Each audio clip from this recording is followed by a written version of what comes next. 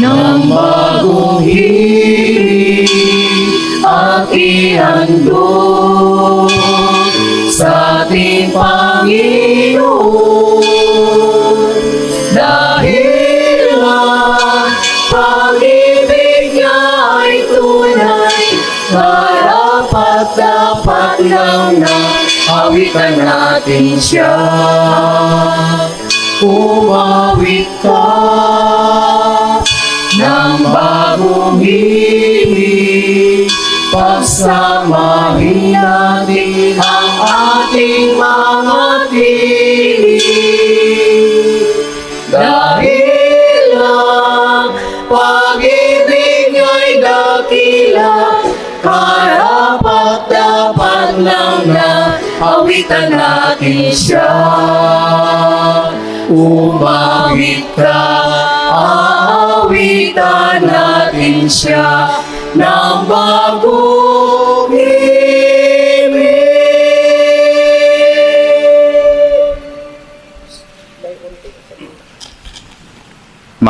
Mga kapatid, tayo ngayon ay nagkatipon-tipon sa ngalan ng Ama, ng Anak at ng Espiritu Santo. Amen. Sumainyo ang Panginoon. At sumaiyo rin. Mga kapatid, tayo ngayon ay nasa ikalawang araw ng ating paghahanda para sa ating kapistahan sa ating barangay. Gandin, tayo ay nagdiriwang ngayon ng kapistahan ni Santa Agata. Isa po siyang martir at berhen. Mga kapatid, ihanda natin ang ating mga sarili. Aminin natin ang ating mga kasalanan upang tayo'y maging marapat gumanap sa banal na pagdiriwang. Inaamin ko Sa makapangyarihang Diyos at sa inyo mga kapatid, na lubha akong nagkasala sa isip, sa salita, sa gawa, at sa aking pagkukulang. Kaya isinasamo ko sa mahal na Birheng Maria, sa lahat ng mga anghel at mga banal, at sa inyo mga kapatid, na ako'y ipanalangin sa Panginoong ating Diyos. Kawan tayo ng makapangyarihang Diyos, patawarin tayo sa ating mga kasalanan at patnubayan tayo sa buhay na walang hanggan. Amen. Panginoon, kaawaan mo kami. Panginoon, kaawaan mo kami. Kristo, kaawaan mo kami. Kristo, kaawaan mo kami. Panginoon, kaawaan mo kami. Panginoon, kaawaan mo kami. Manalangin tayo. Ama naming makapangyarihan, ipagkaloob mong kami makasamba sa iyo ng may loobing taimtim na totoo, at kami rin naway magmahal sa aming kapwa-tao ng may damdaming ibinubunsod ng iyong Espiritu. Sa pamamagitan ni Jesucristo, kasama ng Espiritu Santo, magpasawalang hanggan. Amen. Pakinggan at pagnilayan natin ang pagpapahayag ng salita ng Diyos. Malapit na akong tumungo sa hahantungan ng lahat ng alakabok. Magpakatag ka at magpakalalaki Solomon. Pagbasa mula sa unang aklat ng mga hari. Nang sa pakiramdam ni David ay nalalapit na ang kanyang pagpanaw, sinabi niya kay Solomon, "Malapit na akong mamayapa. Magpakatatag ka at magpakalalaki. Tuparin mo ang iyong tungkulin sa Panginoon na iyong Diyos, at mamuhay ka ayon sa kanyang kalooban. Sundin mo ang kanyang mga batas, utos, hatol, at tuntunin ayon sa nasusulat sa utusan ni Moises. Sa gayon, magtatagumpay ka sa lahat mong gawain, at tutuparin ng Panginoon ang pangako niya sa akin. Kapag ang iyong mga anak at inapo ay nananatiling tapat sa akin at sumusunod sa akin ng buong puso at kaluluwa, hindi mapapatid ang iyong lahi sa trono ng Israel." Namatay nga si Haring David at inilibing siya sa lungsod ni David. 40 taon siyang naghari, 7 sa Hebron at 33 sa Jerusalem. Naluklok si Solomon sa trono ni David at panatag ang kanyang paghahari. Ang salita ng Diyos. Salamat sa Diyos. Diyos na makapangyarihan, Panginoon ka ng tanan. Diyos na makapangyarihan, Panginoon ka ng tanan. Karapat-dapat kang purihin magpakailanman, Panginoon, ang Diyos ni Jacob na aming Ama. Diyos na makapangyarihan, Panginoon ka ng tanan. Sa iyo ang kadakilaan, ang kapangyarihan, ang karangalan, at ang pagtatagumpay, pagkat iyo ang lahat ng nasa langit at nasa lupa.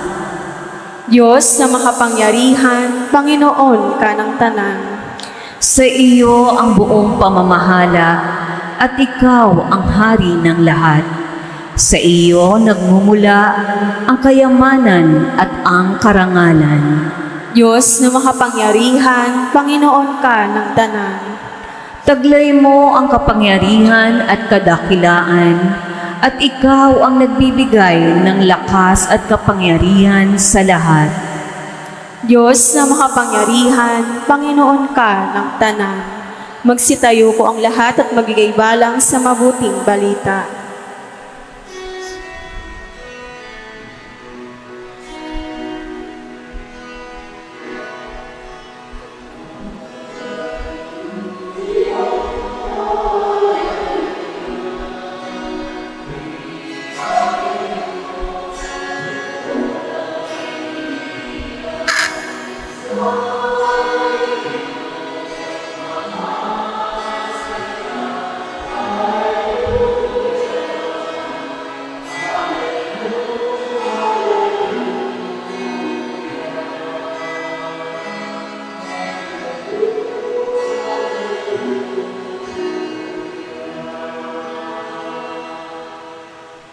Sumainyo ang Panginoon. At sumaiyo rin. Ang mabuting balita ng Panginoon ayon kay San Marcos. Papuri sa iyo, Panginoon.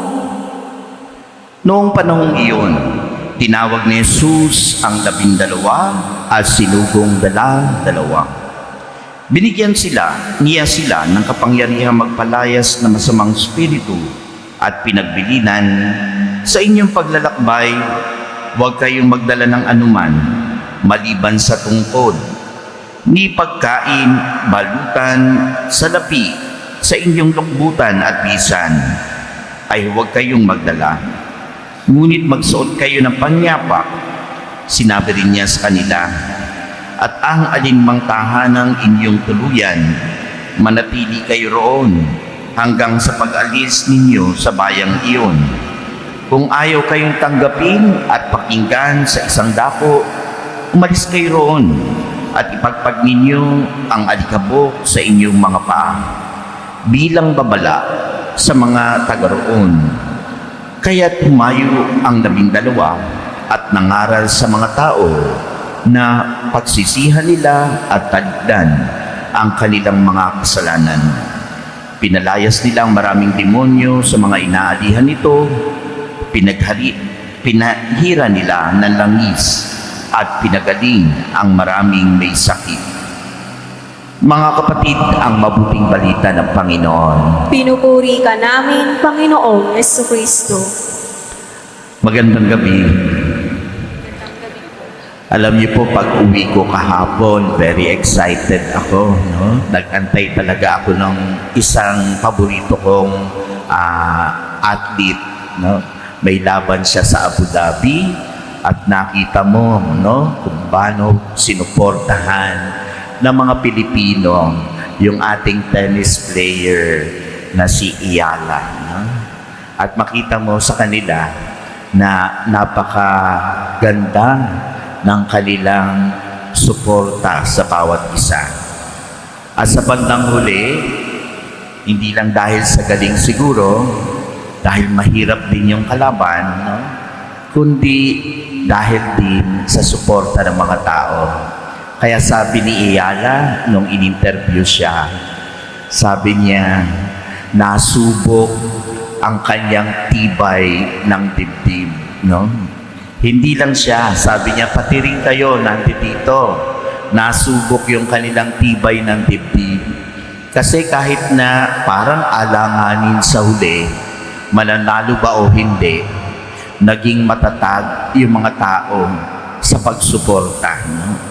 At magandang pakinggan yung salitang tibay ng dibdib. No? Ano nga ba yung ibig sabihin ng tibay ng dibdib sa atin? No? Katulad yung nangyari kahapon, naging matibay ang dibdib nila dahil ang meron sa kanila ay ang tiwala at pagsuporta sa bawat isa. No? Ito yung pinaka-importanteng mensahe sa ating mga pagbasa ngayon. No? Yung konsepto ng tibay ng dibdib. Para sa mga Pilipino, ito yung dapat meron tayo. Kasi sabi nga nila, sa isang taon, maraming delubyo ang dumadating sa atin. No? At kinakailangan matibay ang ating dibdib. Pero dun sa tibay ng dibdib na yan, dalawa yung pinapahalagahan natin na virtue. Ano yung mga virtues na yan? Unang-una, yung tinatawag nating resilience, no? Na kahit na tumumba, tatayo pa rin. Kasi matibay ang loob mo. Pangalawa, dapat may kahandaan ka pa rin dun sa pagditing ng mga tawag dito challenges sa ating buhay. Pero sa mga pagbasa ngayon, ibang tibay ng dibdib ang tinuturo sa atin na mas kailangan natin. No? Unang-una, dito sa ating kwento kay David, pangalawa sa ating Panginoong Jesus. Dito pinapakita kung paano magiging matibay ang dibdib mo. Doon sa tinatawag natin in the art of letting go. No? Minsan, parang ayaw nating magpakawala ng isang bagay, no? O isang kapangyarihan. Katulad ni David, dumating na sa rurok ng kanyang buhay na kung saan he realized na yung tawag dito, kapangyarihan niya ay hindi talaga sa kanya. No? Dapat meron din siyang tibay ng dibdib para sabihin na ito ang dapat mong pangalagaan, yung tinatawag na kapangyarihan mo, no? Minsan meron tayong mga inggit na ganyan, no?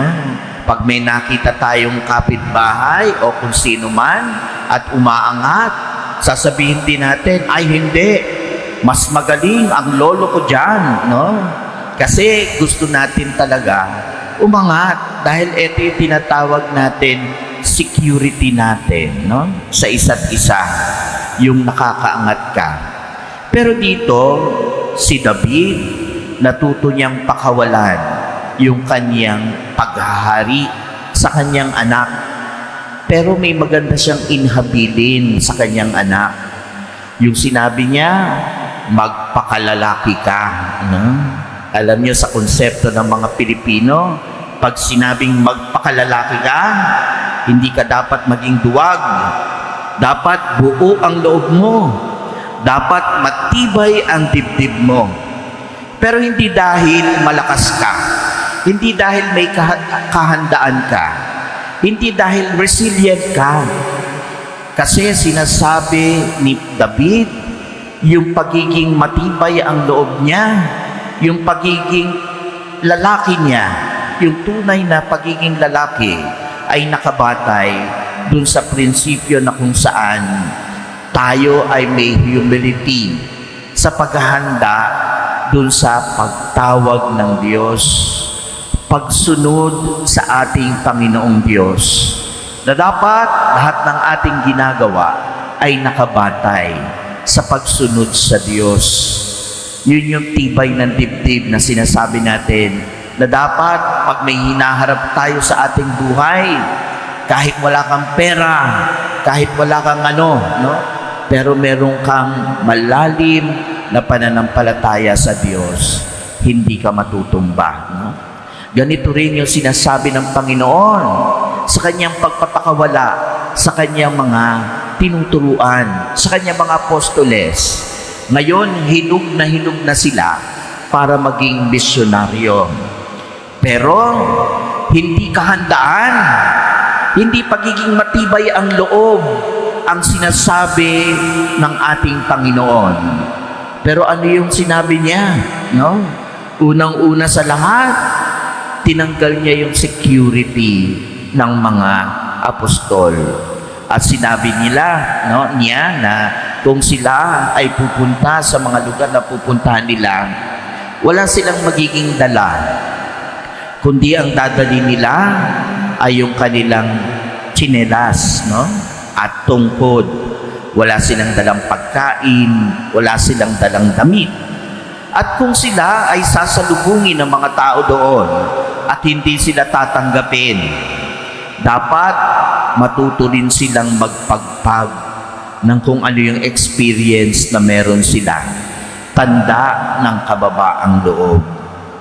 Mga kapatid, sa buhay natin, dapat natututo rin tayo na yung ating security, hindi natin ibinabatay dahil marami tayong pera, dahil makapangyarihan tayo, dahil tayo ay maraming kasangga, maraming nagtatanggol, kundi dapat natututo tayo na nagiging matibay ang ating loob dahil tayo ay nahubog sa aral at paniniwala sa ating Panginoon.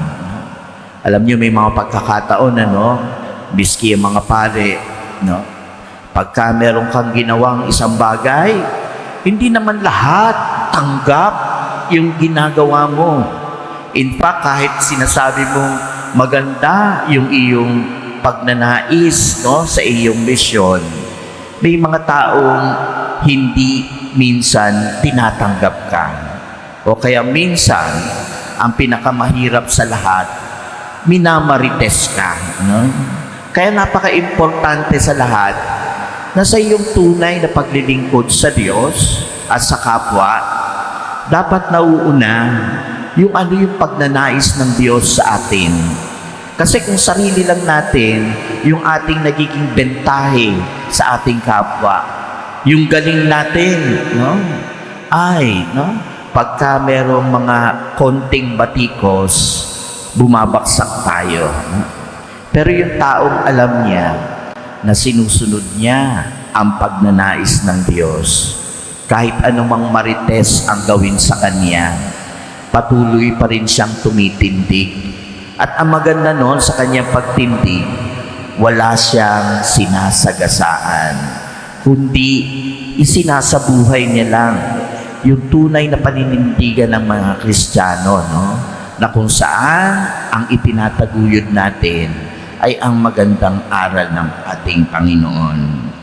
Mga kapatid, napaka-importante sa lahat, lalong-lalo na sa ating misyon ngayon. Pinapaalala sa atin na pag may gagawin tayo, huwag nating alalahanin na puno ba yung ating bag? Puno ba yung ating bag ng experience? Puno ba yung ating bag ng pera? Para isupport yung ating mission.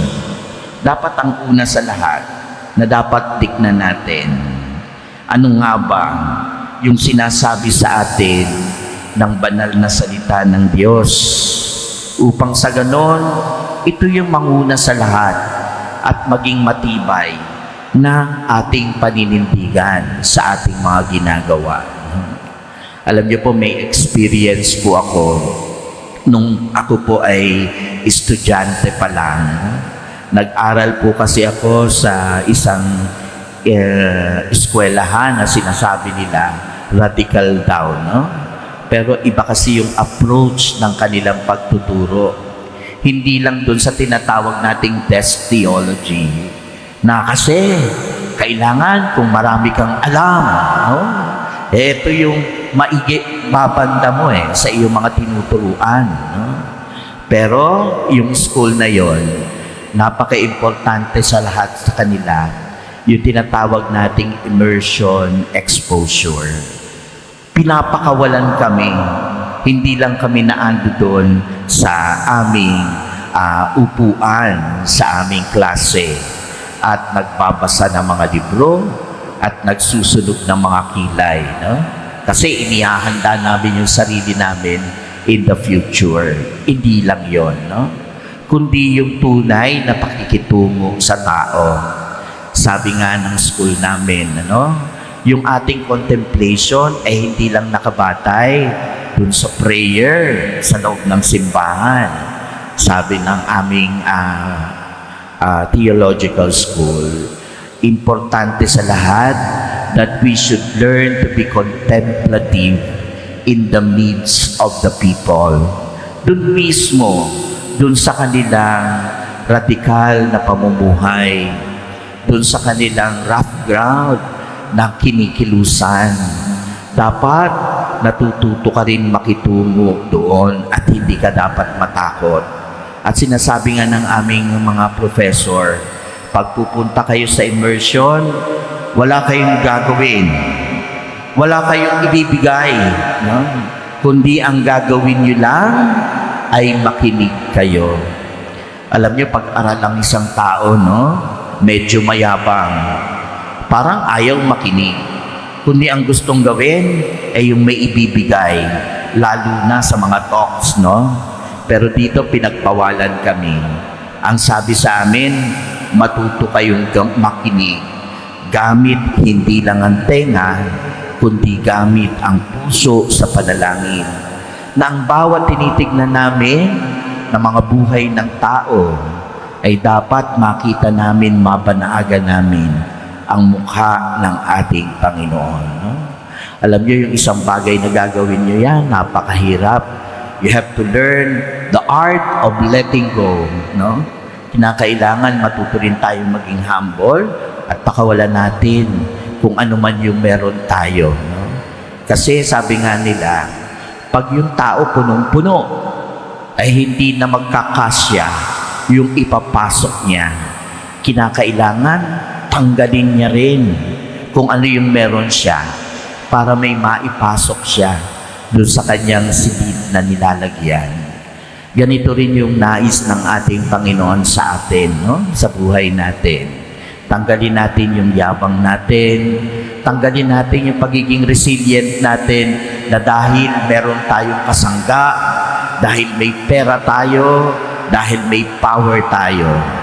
In the long run, lahat ng yan, kung walang batayan ng tunay na pagsasabuhay Kristiyano, yung ating ginagawa, nagiging baliwala yung iyong pinaghihirapan. Di ba, Minsan nasasadla ka, may makita ka na meron palang parang taong langgam. Ano yung taong langgam? Yung naghuhukay ng kanyang tinatawag na bahay. At sa bahay niya, meron pa mga iba-ibang level. Bakit? Kasi parang langgam din. Iipunin mo yung kayamanan mo doon na para bagang yan lang yung security sa buhay mo. Pero hindi mo iniisip na yung bawat itinatago mo, meron kang inaapakang tao. Dahil hindi yan yung investment na ginagawa mo. Hindi dun sa rough ground ng society.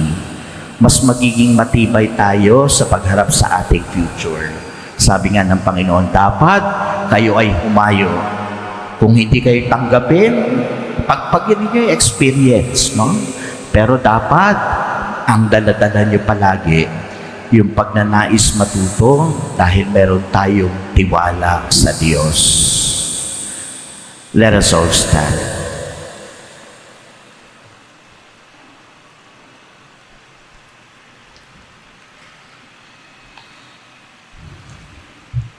Inaanyayahan tayo ng Diyos Ama upang maging mga lingkod niya sa pagpapalaganap ng mabuting balita ng kaligtasan. Manalangin tayo para sa biyaya ng ating maunawaan ang dignidad ng ating misyon at para sa kinakailangang lakas upang maisagawa ito. Ang ating itutugon, Panginoon, dinggin mo ang aming panalangin. Panginoon, dinggin mo ang aming panalangin.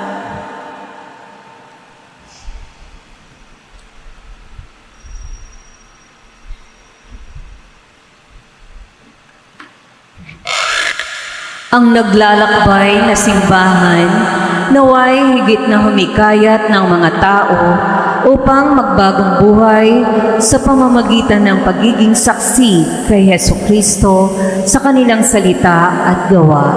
Manalangin tayo sa Panginoon. Panginoon, dinggin mo ang aming panalangin. Ang mga misyonero na nagpupunyagi sa ibang bansa, naway biyayaan ng Diyos ng mayamang ani. Manalangin tayo sa Panginoon. Panginoon, dinggin mo ang aming panalangin. Ang mga magulang, naway patuloy na magsumikap na ibahagi ang pananampalataya sa kanilang mga anak. Manalangin tayo sa Panginoon. Panginoon, dinggin mo ang aming panalangin. Sa mga taong nabibigatan sa mga kasawian sa buhay, naway maipakita nating lahat ang ating pag-aaruga, pakikiisa, pag-ibig at pang-unawa. Manalangin tayo sa Panginoon. Panginoon, dinggin mo ang aming panalangin. Ang mga namatay, naway maging malaya sa mga alalahanin sa mundong ito at magkamit ng kasiyahan na walang hanggang kapayapaan. Manalangin tayo sa Panginoon. Panginoon, dinggin mo ang aming panalangin. Sa katahimikan ng ating mga puso, idalangin po natin ang ating mga pansariling kahilingan.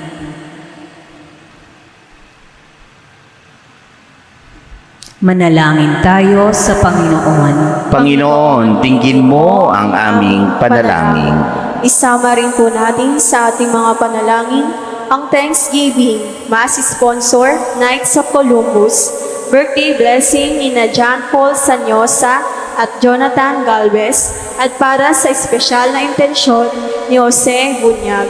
Manalangin tayo sa Panginoon. Panginoon, dinggin mo ang aming panalangin. At para sa ikaluluwalhati ng mga kaluluwa ni na Florencia, Faustino, Heavenly Birthday ni Pedro, at para sa ikaluluwalhati ng lahat ng mga kaluluwang biktima ng aborsyon at sa mga kaluluwang naghihirap sa purgatorio at higit lalo sa mga kaluluwang walang nakakaalala at nangangailangan ng iyong awa. Manalangin tayo sa Panginoon. Panginoon, dinggin mo ang aming panalangin. Panginoong Diyos, nagtitiwala kami sa iyo. Pinili mo kami sa pamamagitan ni Kristo upang ipahayag ang pag-ibig na iyong ipinakita sa amin. Gawin mo kaming tapat sa mensahe ng Ebanghelyo. Hinihiling namin ito sa pamamagitan ni Kristong aming Panginoon. Amen.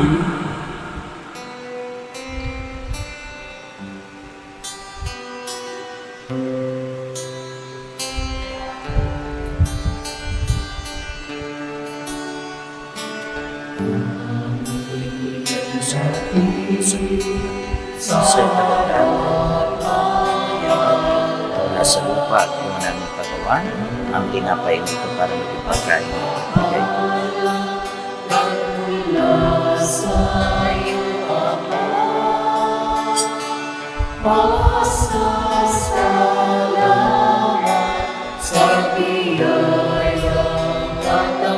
Puri-puri ka, Diyos, amang dakilan sa libutan. Sa iyong kagandahan, narito ang aming naiaan mula sa patas ng ubas at mga aming pagawa. Ang alak na ito para nagiinuming nagsigigat ng iyong Espiritu.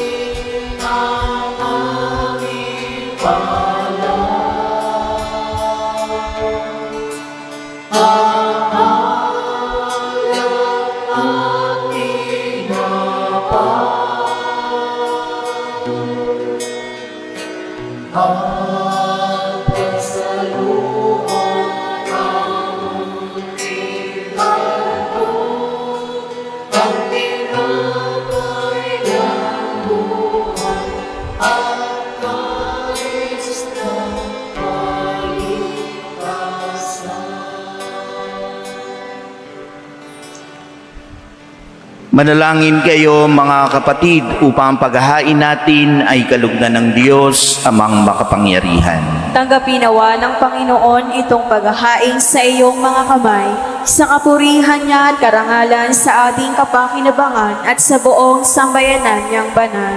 Ama naming lumikha, ang mga alay na ngayon aming inihanda sa pag na ito ng inyong dambana ay iyong tanggapin at gawaran ng pagpapala upang mapagsaluhan namin ang kaligtasan mong ginawa. Sa pamamagitan ni Jesucristo kasama ng Espiritu Santo, magpasawalang hanggan. Amen. Sumainyo ang Panginoon. At sumaiyo rin. Itaas sa Diyos ang inyong puso at diwa. Itinaasa namin sa Panginoon. Pasalamatan natin ang Panginoong ating Diyos. Marapat na siya ay pasalamatan. Ama naming makapangyarihan, tunay ngang marapat na ikaw ay aming pasalamatan sa iyong paglingap at kagandahang loob. Ang tao'y nilikha mo at pinangasiwa sa sansinukog. Sa hangad mo siya'y iwastong lubos, siya'y pinagdusa mo sa kanyang pagtalikod. Sa iyong paggiliw, iyong ipinahintulot na makabalik siya sa pamamagitan ni Jesucristo. Kaya kaisa ng mga anghel na nagsisiawit ng papuri sa iyo na walang humpay sa kalangitan, kami nagbubunyi sa iyong kadakilaan.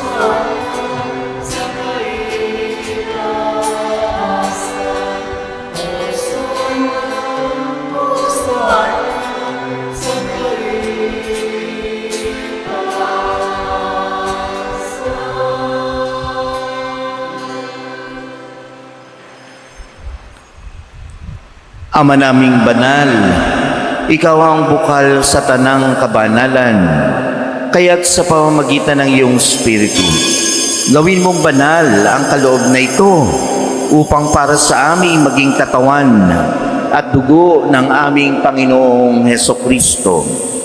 Bago niya pinagtiis ang kusang loob na maging handog, hinawakan niyang tinapay, pinasalamatan kanya.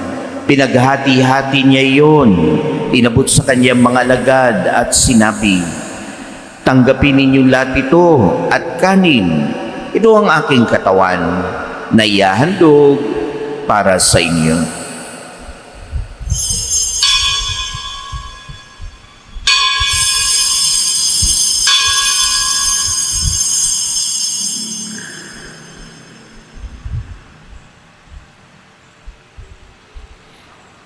Gayun din naman na matapos ang hapunan, hinawakan niya ang kalis, muli kanyang pinasalamatan.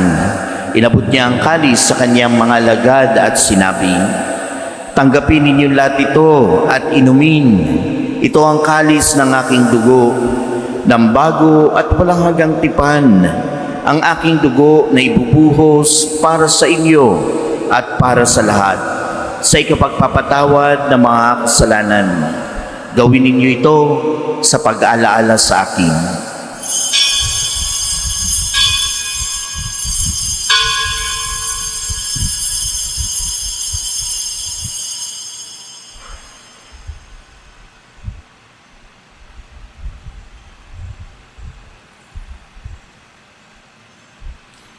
Ipagbunyi natin ang misteryo ng pananampalataya.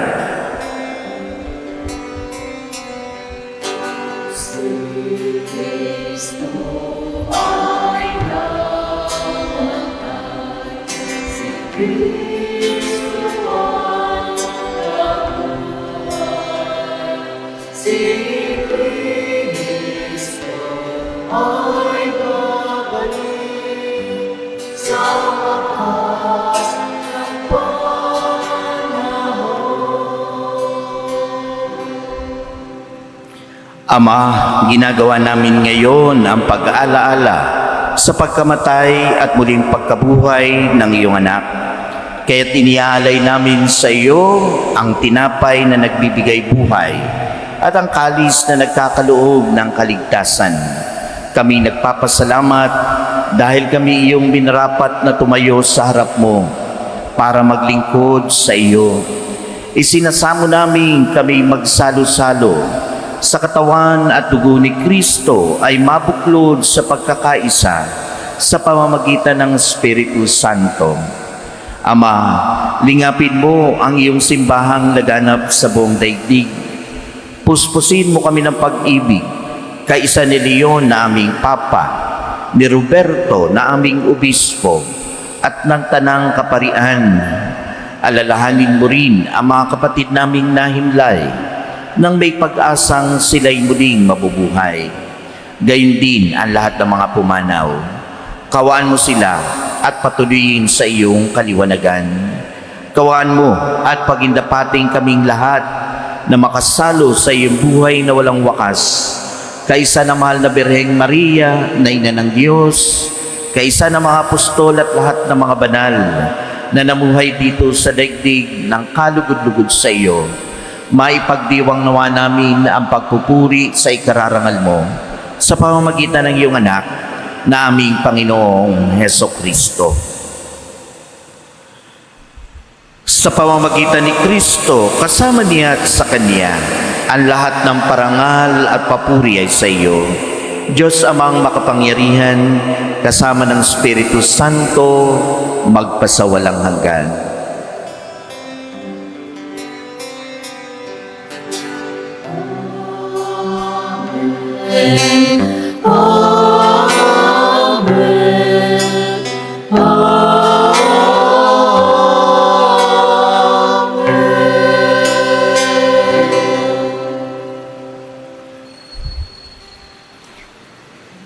Sa tagubili ng nakagagaling na utos at turo ni Jesus na Panginoon natin at Diyos, ipahayag natin ang lakas loob.